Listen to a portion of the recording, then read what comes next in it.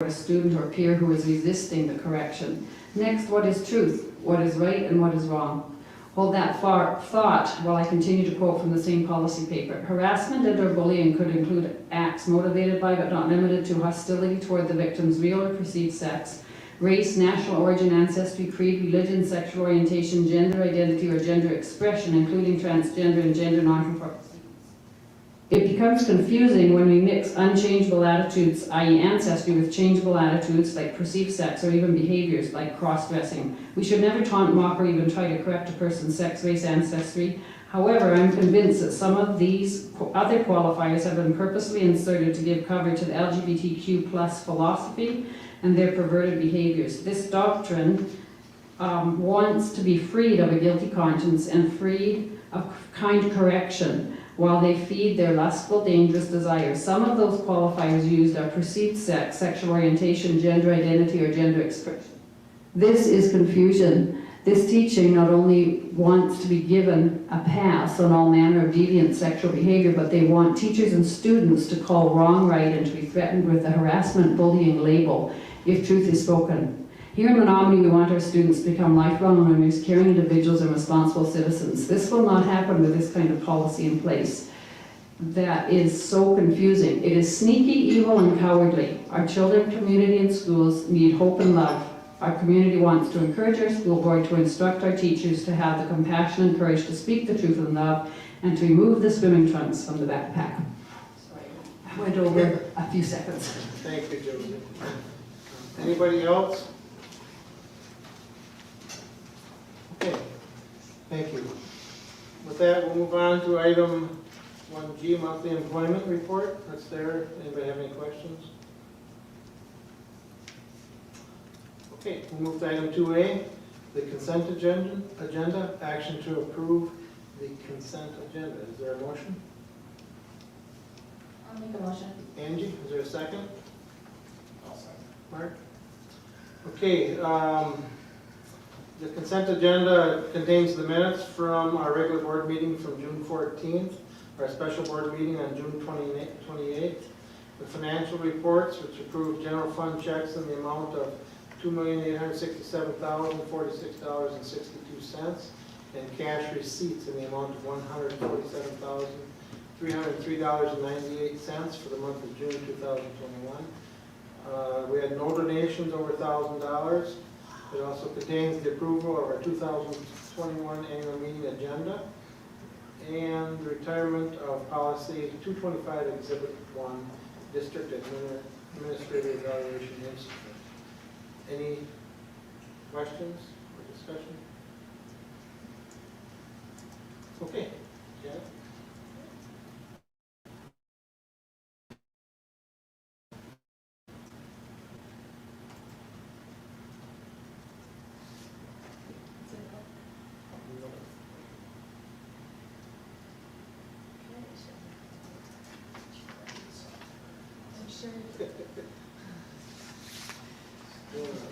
There it goes.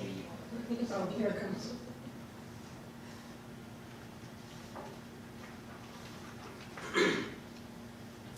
So we welcome Janet for her first solo meeting as running the controls.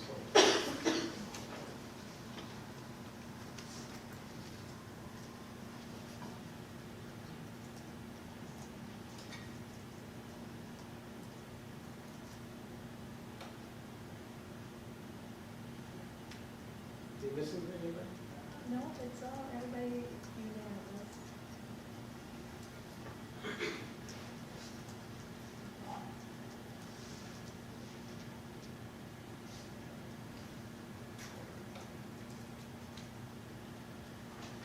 Okay, we'll go ahead. There we go. Motion passes by a unanimous vote of 7-0. Personal consent agenda, action to approve personnel actions. Is there a motion to approve? Clint, is there a second? I'll second. Charlie? Any discussion? Anything to add, Joe? No, just hiring is definitely more challenging this year than it has been in the past, but I appreciate the work of our principals and directors and finding the best qualified candidates that we can for our open positions. Amy? I asked you a question today, and you answered it very well about John and Sam, and about it having, since it's an administrative, I wanted to make sure he was in the process of getting his administrative license, which you told. I just wish you would kind of tell a little bit more about some of his experience, because other board members might have the same questions I did, so they can have the same information. Sure, and thanks for bringing that up, Amy. I actually added an attachment Okay. for board members. You've seen this in the past when we've hired administrators. It's the last attachment. Okay. It's a sample Okay. announcement, and that'll go out, but I wanted to wait till after the board approved it. Okay. Thank you. Thanks, Amy. Anything else? Okay, Janice, let's vote.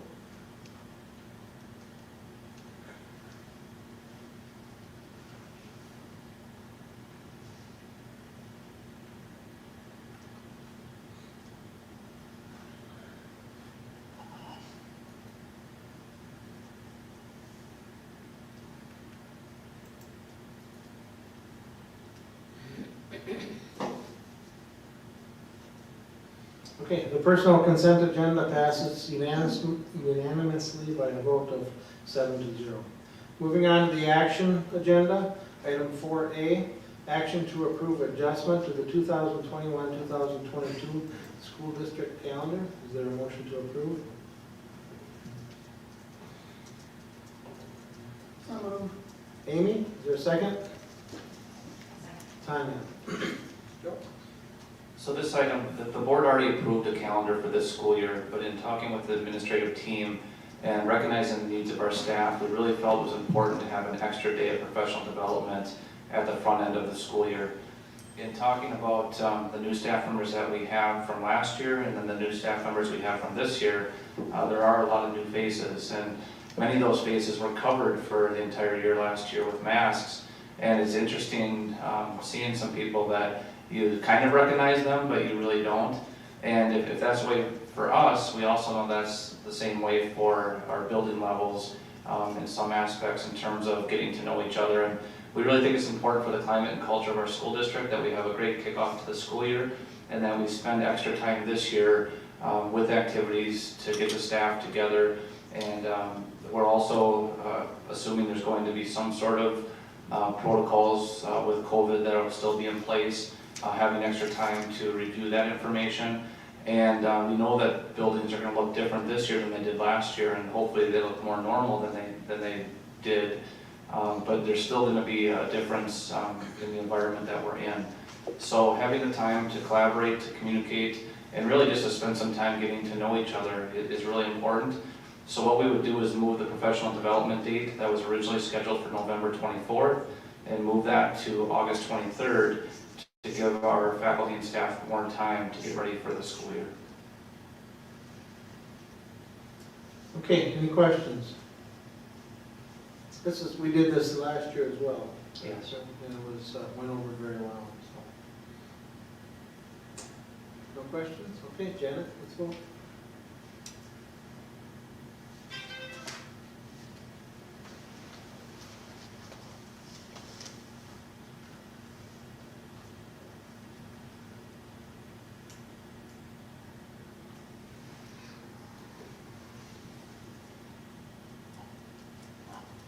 Okay, motion passes by unanimous vote of 7-0.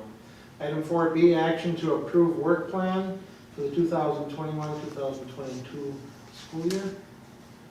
Dr. Zadowski? Motion first. Motion, please. I'll make a motion. Angie, is there a second?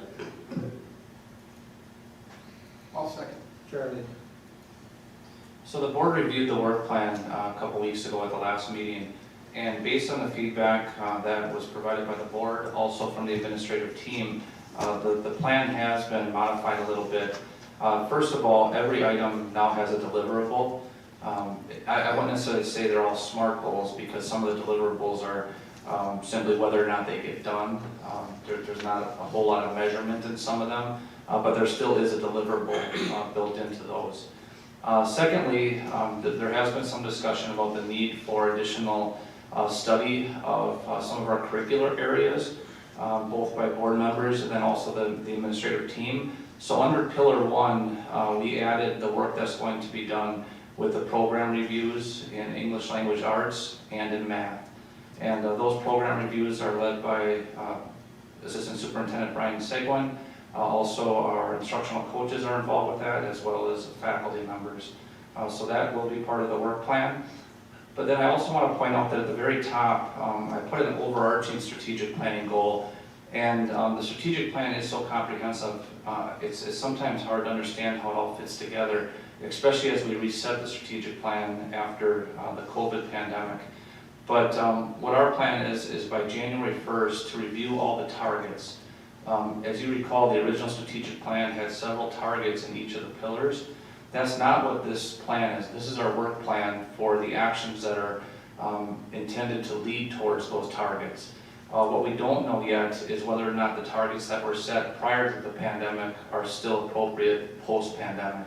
And we will need some more time. Part of that is having data that is available, student achievement data from the state that can be shared publicly. But even the non-student achievement items need a review to determine whether or not those targets are still appropriate. So the overarching goal is to have all the targets from the plan to the board by January 1st. But in the meantime, you can see that we have a very rigorous work plan that will keep all of us quite busy. And I do want to point out, as was mentioned at the last board meeting, we have prioritized that work plan. The highlighted items are the items that will receive the highest priority. Again, we do know that we're still going to have issues related to the pandemic to deal with, so staff capacity could be a concern as the school year starts. Any questions at all? I would just add that it is nice to have this strategic plan and the pillars laid out and have that part of our work plan for this year. Feels like we're getting back to more normal. It really does, yes. Any questions from board members? Okay, Janet, let's vote.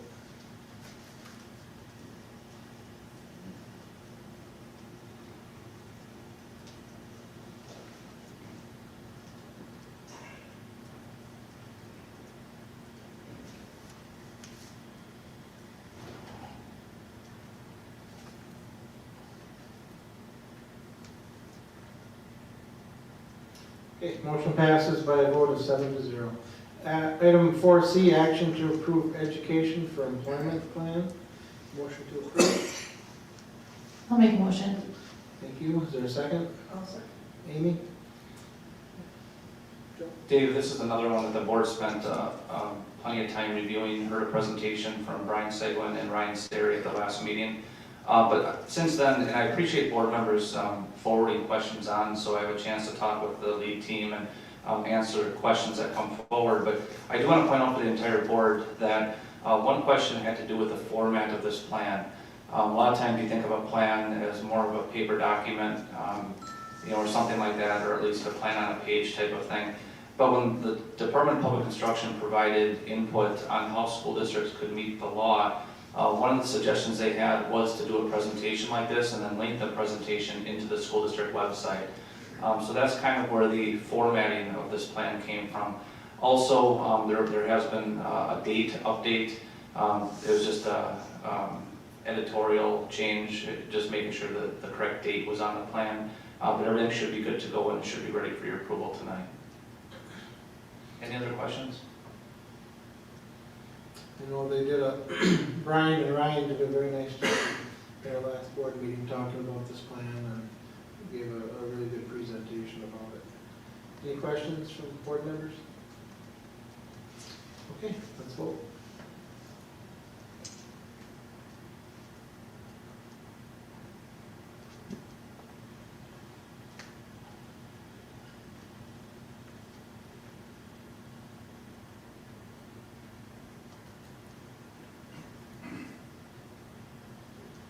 Okay, motion passes by a vote of 7-0. Discussion items, policy review, item 5A, COVID-19 report. Dr. Zadowski. So it's been kind of nice not having COVID-19 reports for a few meetings now, but I think it was appropriate to put this back on the agenda. At the time, at the end of last week, when I sent the background information to the board, we were waiting for updated guidance from the CDC. And it just so happened that Friday, I think I was filling out the lineup card for our Little League game. I got the alert that the guidance came out. So the guidance is out there, we're taking time to review it. One of the common themes that we've had in our directors meeting today is going through the guidance. It almost feels like that guidance was written off of our reopening plan. And that's a really good feeling, knowing that, you know, all the things that we put together last year, all the feedback and from the community and from faculty and staff and from board members, I think we arrived at a place that is a pretty good place. And we're seeing a lot of similarities with the updated guidance from CDC compared to the plan that we had success with. But it is important to understand that you know, COVID still is in our community. There's 72 counties in Wisconsin, and right now Dunn County is one of 2 counties of those 72 that has a high disease activity level. It does sound like the recent uptick was linked to a faith community, I think is what KT Gallagher referred to it in her, one of her most recent updates. I've been following the numbers all week, and it appears that it's not leading to subsequent outbreaks, so that's very good. When we look at the vaccination percentages in Dunn County, we're at about 40%. In terms of school-age children, 12 to 15-year-olds, I believe we're about 23%, and 16 to 17-year-olds were 32%. So we did send out a message to families just to share information about the vaccination program and about the COVID status in our community. As I mentioned in the update, we're not looking to require vaccinations in the school district, but we certainly want people to be aware of what's available and what the current guidance is. One of my big concerns is that as we go to full enrollment, or as close to full enrollment as we can expect, and we have more kids in our schools, the possibility for student exclusions will increase the more students there are. And the current guidance from CDC says that if someone is vaccinated, they would not have to be excluded on a close contact unless they're having symptoms. So again, we're not looking to require that, but we want families to be informed so that as the school year starts and, you know, if issues arise, at least people will have been informed in July. So that's what we did. Other than that, there's plenty more information there for the board to read, but instead I think I'll just go ahead and open up for any questions or comments. Questions from board members?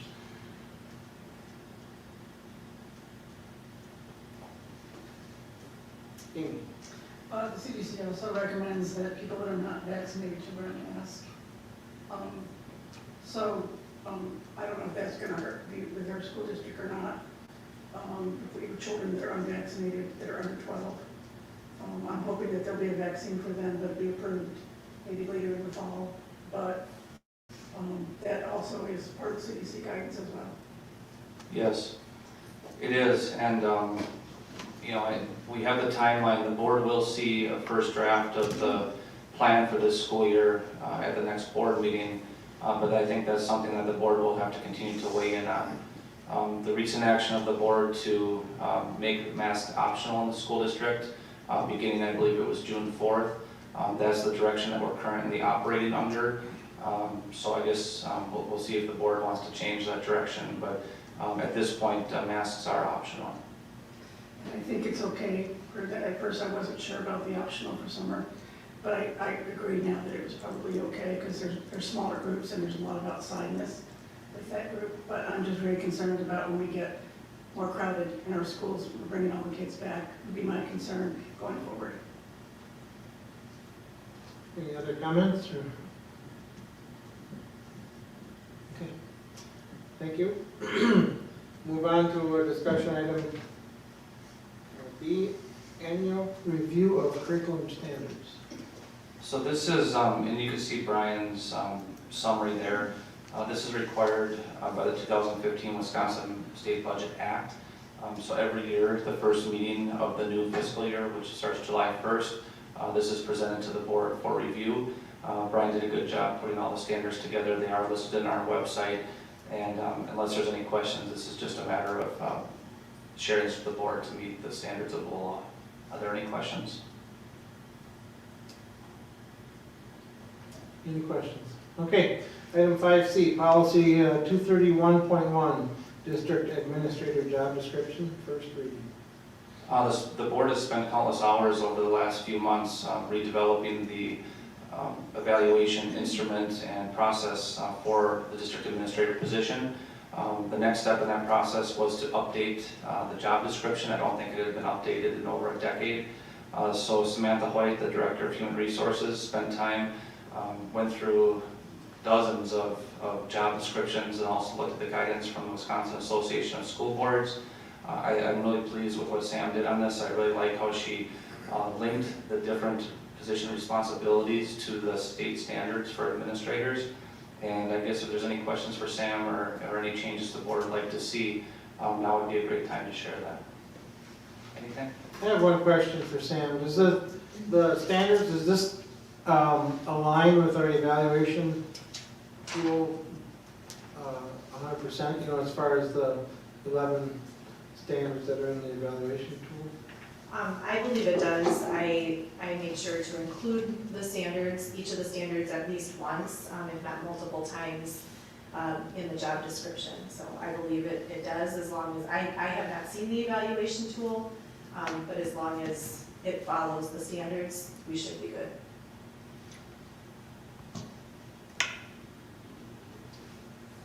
I do like how they're linked, so it makes it a lot easier. Any questions from the board? Anything that, questions, concerns, thoughts? Anything extra, Joe, that you want to add from your original to now? Anything else I want to add to my job description? No, I'm joking. I do think it's pretty comprehensive. It's much more comprehensive than it was. But I think, again, Sam did a good job picking out the highest priorities, and I think she did a good job with that. If we go through it, this is not something that is locked in forever. You know, if we realize that it's lacking in a certain area, I certainly think the board could change it. When I look at the old one, though, it was 2001, actually, the last time it was revised, so it's 20 years. I think what we have now is much better. Amy? I want you all to keep in mind too that this is administrator job description. It doesn't mean necessarily that it fits Joe. It's just it's for any administrator that were to come on in the future. Yep. Any other thoughts or questions? About 15 years, Amy.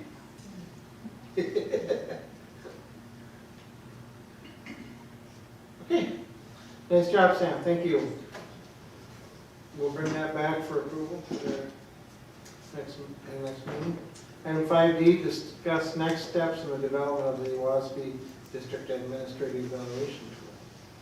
So now that the job description is set, the next item for the board really is twofold. One, because the evaluation is going to go onto a cycle where the final evaluation will be done in June, we really probably should have some sort of interim evaluation meeting at the next meeting.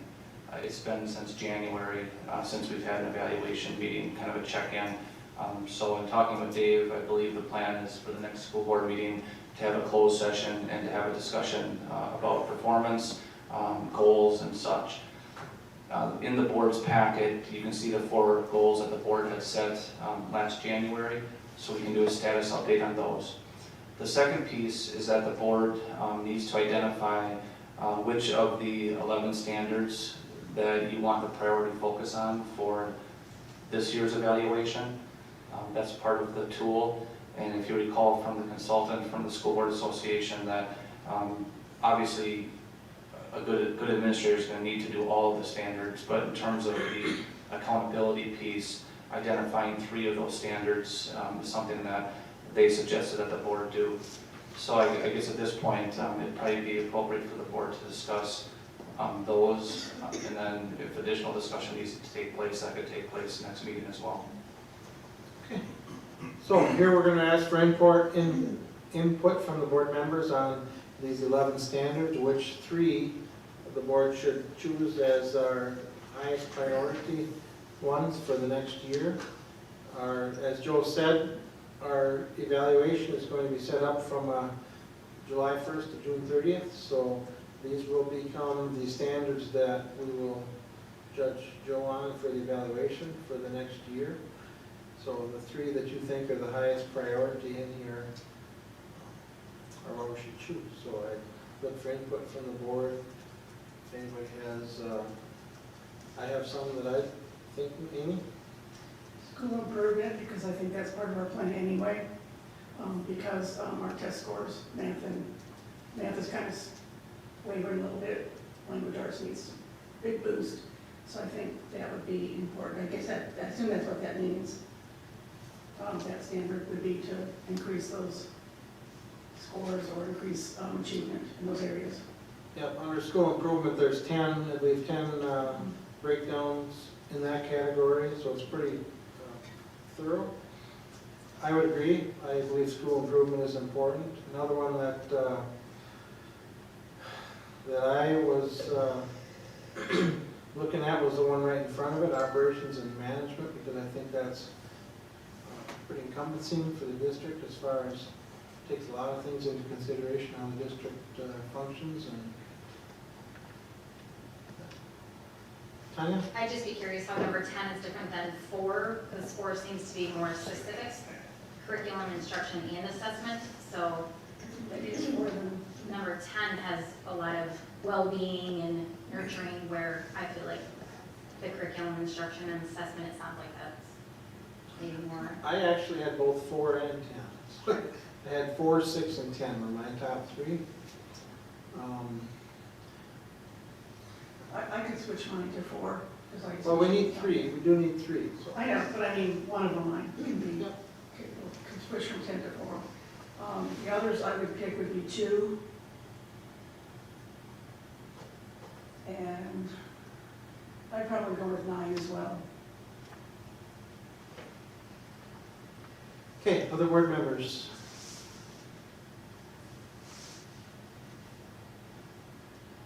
Mark? I actually agree with those 3 that Amy just said.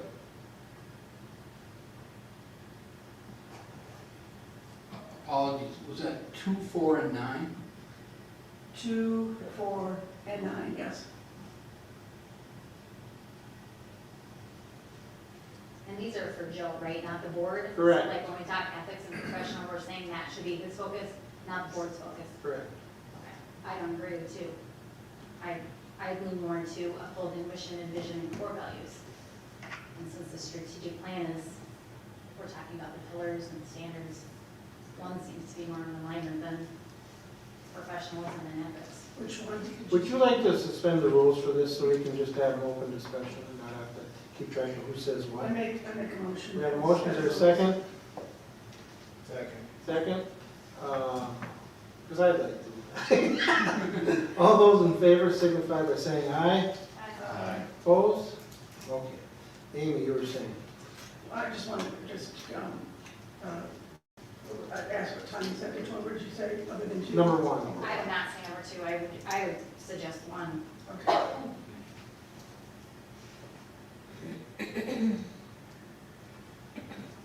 Clint, okay, Joe? I would, 4 and 10 are very close, but I like 4 a little bit better. So actually my pick was 1, 4, 6, and 10. So I probably went 1, 4, 6. 1, 4, 6. That's 3. Yeah. And I'm just gonna make a little tally. So we have 1, 4, 6. And if you change your ideas or whatever, let me know.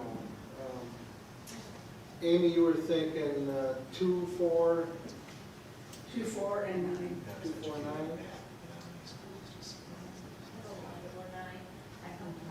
Or, yeah. 1, 4, 9. What'd you say, I Angie? can, I'm sorry. I can be persuaded for 1, 4, 9. Angie and Mark both said 1, 4, 9. Time to change my mind. Yeah, I would stick with 4, 9, and 10. But I know 4 and 10 are somewhat similar, but I just like to focus on improving not only academics, but the school in general. Who have we, Tanya, did you give? I had 1, 4, 9. So Amy, you were 2, 4, and 9. So, I'm missing somebody. Charlie. 1 and 4, for sure. I'm torn on the third one.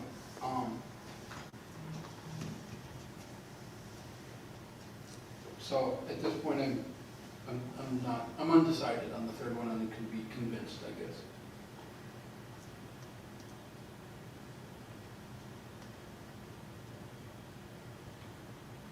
And Dave, do you maybe, instead of going by numbers, want to say what those are? Because this is in the admin part, so public doesn't know what we're doing besides saying bingo. I'm sorry, yeah. No, that's fine, I just didn't, Yeah. for transparency purposes.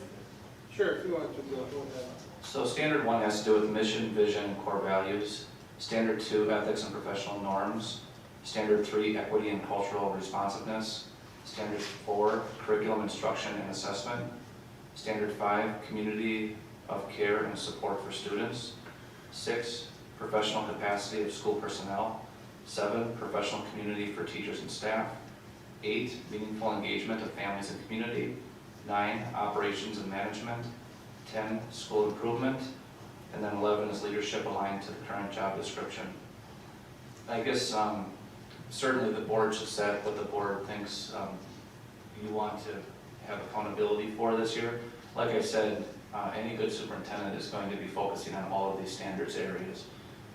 One thing I would say is in terms of collecting evidence and sharing with the board items that can be evaluated, I do think Standard 9, operations and management, I think we're going to have more of that this year. We certainly had a ton of it last year, but I think we're going to continue to have more of that this year as we work through the COVID-19 pandemic and hopefully the end of it. You know we are doing a lot of work with curriculum instruction and assessment, number 4, and then the mission, vision, and core values with how we're resetting our strategic plan seem to be a good fit as well. But again, I'll be able to provide you examples of any of these, but when we look at this school year specifically, I tend to think that 1, 4, and 9 would be, there'd be many opportunities for the board to observe work in those areas. The feedback that we got from everybody, 1, 4, and 9 are the highest numbers that have been chosen. Thoughts? Clint, and then Amy. It's really hard to pick all these. Obviously, I think any of them, Dr. Joe had alluded to, is there going to be something that's going to be on his radar anyway. How often do we get to change these? I mean, if we see that, say, he's excelling and doing great at these, and there's another area that's a priority, is this something that annually is going to be revisited? But that kind of messes up measuring progress, I would assume, as far as historically. I think if we, like I said at the start, this tool is to be used on a school year basis. So it starts July 1st and ends June 30th. And I think it's important that we set up once a year what our goals are for the superintendent, what we feel as a board, our highest needs, our high priority areas are. As Joe said, he's going to work on all of these, but this is just our way of saying, here's where we think the biggest need is, and it's a collective groupthink from our board. So, and I don't think we can change midstream. I know it's not what you were saying, Clint, but I think once a year is ideal on that. As far Yeah, as and I agree. It's just you lose some of the historical progress with it when you do that, which you're going to. There's no way around it. But if there was an area where the board had, like for instance, the strategic plan, or you had some other area that the board identified that really needed to see growth, there's no reason why the board could not continue to choose that standard for a second year, third year, or every year. It really comes down to what the board wants to prioritize in terms of the accountability. Amy, did you have something? Well, I'm just wondering, when we do our 6-month check-in, which would be in January, and things are going well, I kind of like what Clint said, and you said we can't change them except once a year. Well, I'm not saying we can't, I gave my opinion on it. Okay, because I was just wondering, like he said, what if he's doing really well in these 3 areas and we're moving forward? Of course, we may not know anything about the school improvement or the curriculum part piece, because we don't know what the test scores might be at that point. I was just putting myself in Joe's shoes, and if the board halfway through the year says, okay, this was our focus at the beginning of the year, now we want to change it, I just think it's gonna make it tough. Well, I understand that too, but I also think that, you know, if there comes a point where we think that something needs to be taken care of, fine. It may not even happen, we may just do fine, but I just want to have that opportunity in case that happens. I think that mid-year evaluation is gonna give us a good opportunity to highlight areas that we think, you know, if we see something glaring that needs it to be addressed or whatever, we can talk about it. Charlie first. Just a couple of quick things.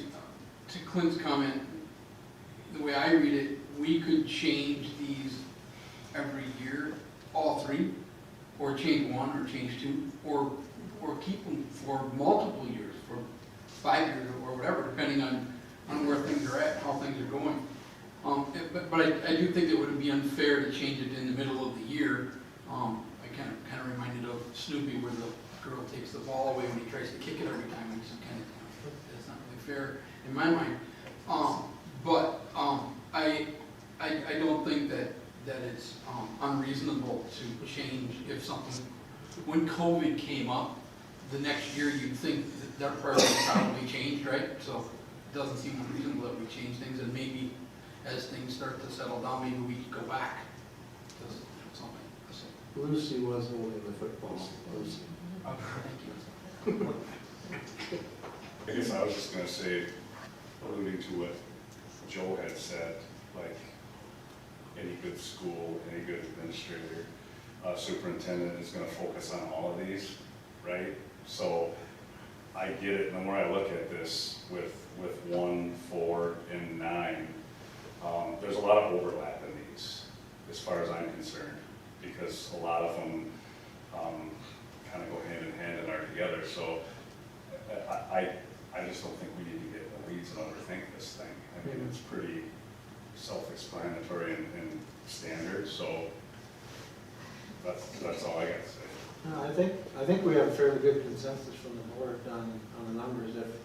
Does anybody object to using those three, 1, 4, and 9? Put it that way. Amy? I don't object, well, I would have liked to two in there, but I could go with these. But I was just wondering if, I know that they're not here, but would Carl and Chris have any kind of input, like at the next meeting? I don't know. This will come back at our next meeting for adoption, so certainly we'll have the opportunity for input at that point. Good? I was gonna suggest that too, maybe reach out to them, or they should email you as far as what their priorities would be, so we can factor that in, because if it's gonna come back for adoption next time, it'd be nice to have a more ideal, concrete plan as to which three we're gonna go with. If they come up with something totally different. What's the board's pleasure? I think we certainly want their opinion of those that are absent, but the opportunity will be at the next meeting to do that. Yeah, emails get clunky, but I guess in my mind, we'll have opportunity for discussion, and everybody's here together at the next meeting, and I just think I think that'll work good. If they certainly have the opportunity and have taken advantage of emailing in between meetings if they wanted to as well, so. Joe? And if we schedule the interim check-in and we talk about performance over the past 6 months, that could help inform and solidify the board's stance. So perhaps what the board would want to do is meet in closed session, do the interim check-in, and then reconvene at the end of the meeting and make a formal decision. Yeah, just to kind of go over this whole agenda item, Joe mentioned it in the beginning, but he has included our 4 goals that we had for Joe in the bottom under executive content. And so at our next board meeting, we will have a closed session review. It'll be a shortened one, obviously, but just so everybody's aware of that and can prepare for it.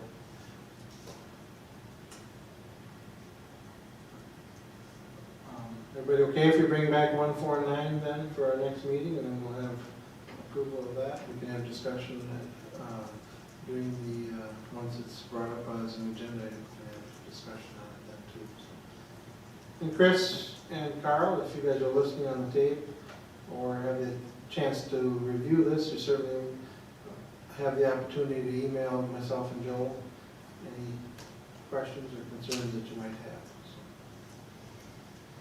Good enough? Okay, we'll move on to item F, review items related to next meeting dates, board committees, and reports. Next school board meeting is the 26th. And then after that, August 9th and 23rd. The 23rd of August will be a meeting at the high school. The meeting will be at 5 o'clock. We'll have our annual meeting following at 6 o'clock, our annual budget, our annual meeting.